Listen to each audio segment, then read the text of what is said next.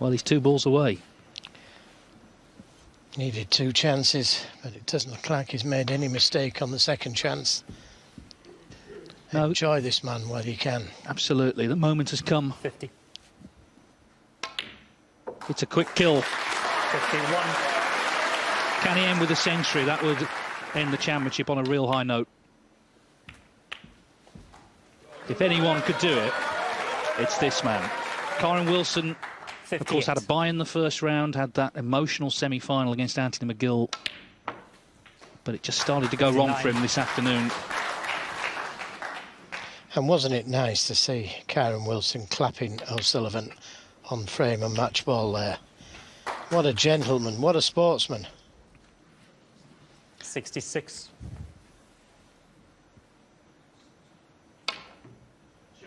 And what a shot. 67. He's trying for the crowd. There's never been anyone like him.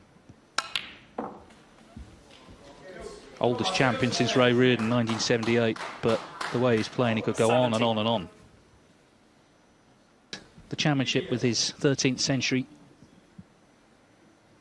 And get his hands on the cheque for £500,000, his biggest ever payday from 85. snooker.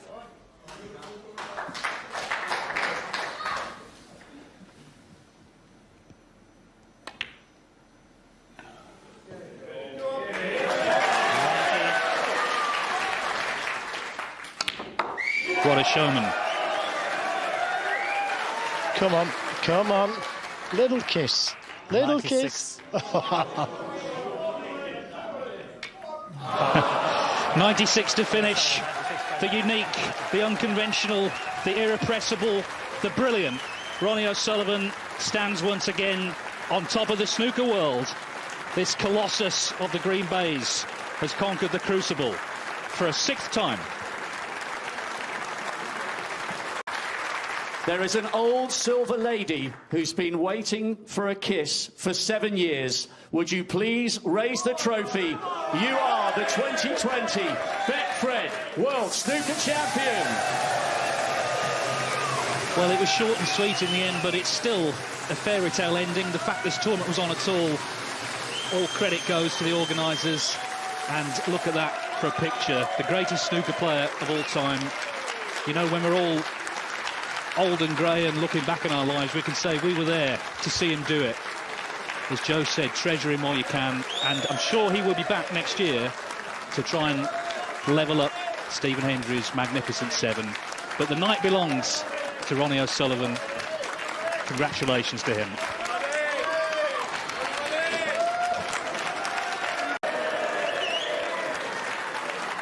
We've both been tested. Ladies and gents, we are in the presence of sporting greatness. History has been made tonight by Ronnie O'Sullivan. Absolutely incredible. Your 6th world title, and now you are tied with Reardon and Davis. Amazing. Yeah, no, yeah. I mean, I never really think about titles because when I was a kid, I never dreamed I'd be here. I just was playing for the fun of the game, and I still try and play for the fun of it. But to be here and I've had all them victories, and it's it's a dream, but it's kind of becoming a bit of a reality as well. So it's nice to be living your dream in that sort of way, Your last title was 2013. Was there a spell during those years where you thought you might never get your hands on the Silver Lady again? Yeah, you can never say never, but there was a part of me that decided that, I probably didn't play enough, and I still probably don't play enough to justify winning, a tournament of this stature, because it's an endurance test, and if I'm not really an endurance type snooker player, because I don't compete enough, but, the lockdown gave me a chance to play on some decent, because I haven't even got a practice facility, believe it or not, so my friend installed a couple of tables in his office in London, so I was able to play on good tables for a change, which was great, and I come here feeling comfortable with my tools, really. So I had a half a chance. I never expected to win it, though, to be honest with you. Spoken with real modesty for a guy that's lifted it 5 times and now 6.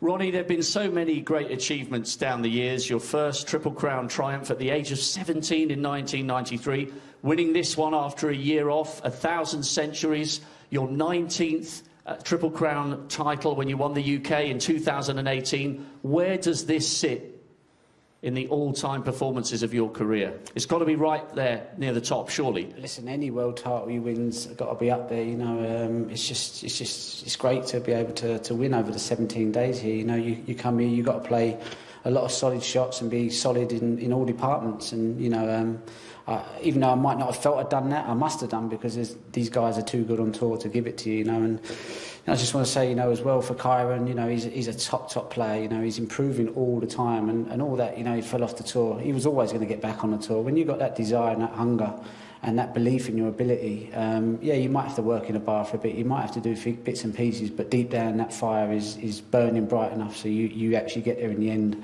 And you know, so he's a winner, and he will win this tournament one day. Not to put too much pressure on him, but he is a country mile above everybody else around his age, and he'll be the first to admit that he's always watching the Higginses, the Williamses, and the likes of them players, because he wants to raise that bar as well. So when someone's that student about their sport, you know that they're going to have plenty of good days as well. So his time's definitely going to come. Beautifully said.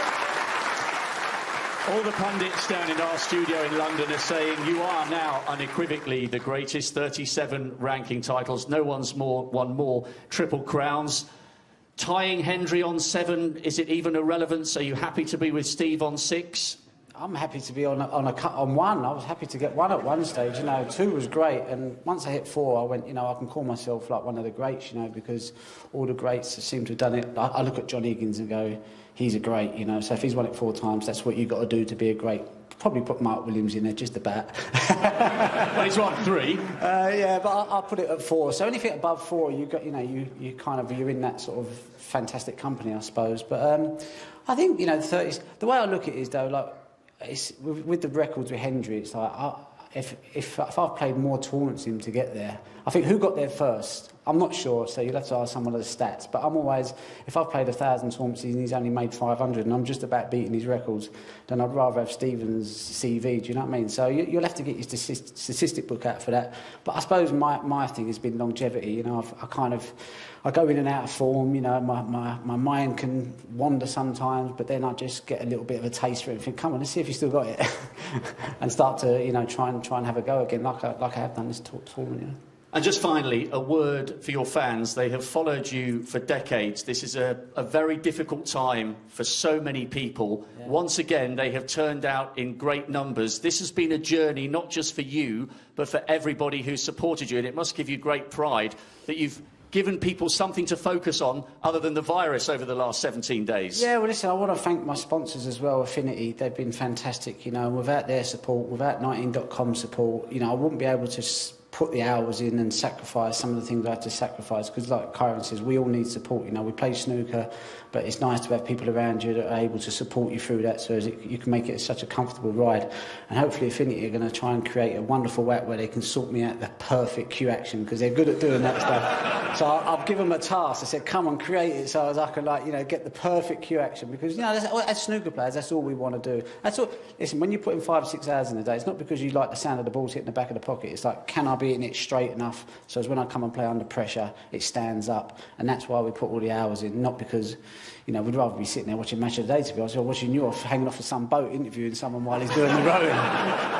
You know? Well, that was a long time ago, as was your first major triumph. 27 years of longevity, ladies and gentlemen. There is only one Ronnie O'Sullivan.